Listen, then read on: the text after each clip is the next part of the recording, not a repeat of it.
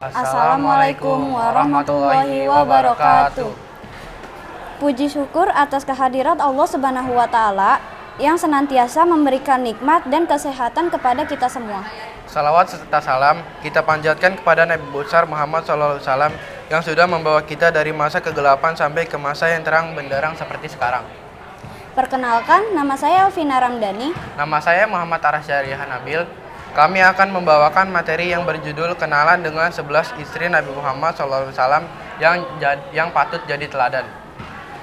Kisah para istri Nabi Muhammad SAW selalu jadi hal yang menarik untuk dibahas. Seperti diketahui, Rasulullah SAW diizinkan Allah Subhanahu wa Ta'ala untuk menikah lebih dari 4 wanita. Namun jauh dari nafsu, semua pernikahan yang dilakukan Nabi Muhammad SAW sangat syarat akan tujuan yang mendukung dakwah. Sebagian besar dari mereka pun dinikahi Rasulullah karena perintah Allah Subhanahu wa Ta'ala. Mari kita bahas satu persatu. 1. Khadijah binti Khuwailid radhiyallahu anhu.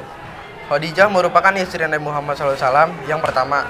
Dia diperistri oleh Nabi Muhammad SAW pada usia 40 tahun. Sedangkan Rasulullah berusia 25 tahun. Sebelum menikah dengan Rasulullah, Khadijah pernah menikah 2 kali. Setelah bersama selama 25 tahun, Khadijah pun wafat. Selama itu Nabi Muhammad SAW tidak berpoligami. Dari pernikahannya, Nabi Muhammad dikaruniai beberapa anak, yaitu Qasim, Abdullah, Zainab, Ruqayyah, Ummu Kulthum, dan Fatimah. Yang kedua, Saudah binti Zam'ah bin Qais radhiyallahu anhu. Rasulullah menikahi Saudah 1 bulan setelah meninggalnya Khadijah. Saudah merupakan janda dengan 6 anak yang tidak memiliki keluarga. Setelah lama menikah, ia menyerahkan jatah gilir malamnya kepada Aisyah karena merasa sudah tua dengan harapan bisa tetap menjadi istri Rasulullah sampai wafat dan bisa menemaninya di surga. Yang ketiga, Aisyah binti Abu Bakar As-Siddiq radhiyallahu anhu. Aisyah merupakan putri seorang As-Siddiq. Ia resmi menjadi istri Muhammad SAW pada bulan Syawal tahun 11 setelah kenabian. Rasulullah menikahinya di usia muda dengan kondisi masih gadis atau belum pernah menikah sebelumnya. Sifatnya sangat cerdas dan berakhlak mulia. Bahkan ulama mengatakan Aisyah adalah wanita yang paling paham tentang Rasulullah. Yang keempat, Hafsah binti Umar bin Khattab radhiyallahu anha. Hafsah merupakan anak dari seorang sahabat Rasulullah. Sebelum menjadi istri Nabi, ia menikah dengan Khunais bin Khuzafah al-Sahmi. Hafsah dikenal dengan wanita ahli ibadah. Ia memiliki julukan Sawamah, artinya wanita rajin puasa, dan Qawamah, artinya wanita yang rajin sholat malam. Ia wafat pada usia 60 tahun bulan Sya'ban 45 Hijriah di Madinah. Ia telah meriwayatkan sekitar 60 hadis yang terdapat dalam Sahih Bukhari dan Muslim. Yang kelima, Zainab binti Huzaimah radhiyallahu anhu. Zainab merupakan istri Nabi yang bergelar Ummul Masakin, sebab ia sangat belas kasih kepada orang miskin dan bergaul dengan mereka. Sebelumnya, ia menikah dengan Abdullah bin Jahsy radhiyallahu anhu. Tetapi Abdullah wafat pada perang Uhud. Tak lama Rasulullah menikahinya. Namun setelah 3 bulan menikah, Zainab meninggal. Yang keenam, Ummu Salamah Hindu binti Abi Umayyah radhiyallahu anhu. Memiliki nama asli Hindun binti Abi Umayyah, Ummu Salamah sudah memiliki anak dari pernikahan sebelumnya bersama Abu Salamah. Ia dikenal dengan wanita cerdas. Ia dapat memberikan saran dan mendukung dakwah suaminya. Ummu Salamah juga dikenal dengan wanita yang menawan. Hal ini diungkapkan oleh Aisyah yang merasa cemburu. Ketika Rasulullah SAW menikahi Ummu Salamah, aku sangat sedih sekali. Karena banyak orang yang menyebut kecantikan Ummu Salamah. Aku pun mendekatinya untuk bisa melihatnya. Setelah aku melihatnya, demi Allah, ia jauh-jauh lebih cantik dan lebih indah dari apapun yang aku bayangkan. Aku pun menceritakannya kepada Hafsah. Mereka satu kubu. Kata Hafsah, tidak perlu cemas, demi Allah itu hanya karena bawaan cemburu. Yang ketujuh, Zainab binti Jahsy bin Rabab radhiyallahu anhu. Sebelum menjadi nabi, ia menikah dengan Zaid bin Harithah yang merupakan anak angkat Rasulullah. Namun pernikahannya tidak berlangsung lama karena kurang harmonis meski Rasulullah sudah menasehati Zaid agar tidak menceraikannya. Kemudian Rasulullah menikahi Zainab setelah habis masa iddahnya.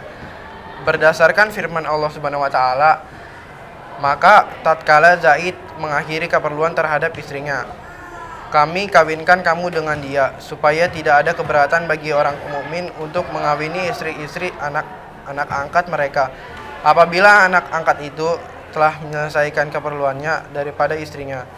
Dan adalah ketetapan Allah itu pasti terjadi. Quran Surah Al-Ahzab ayat 37. Semasa hidupnya,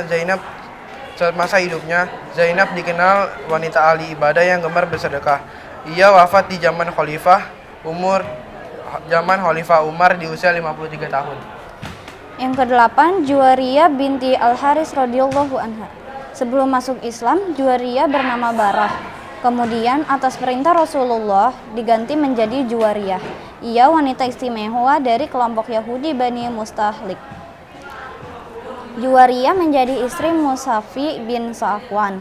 Ia hampir menjadi budak Sabit bin Qais, namun bebas dengan membayar sejumlah uang. Uang itu didapat karena meminta bantuan kepada Rasulullah. Rasulullah pun menikahinya dan memberinya mahar pembebasan dari status budak.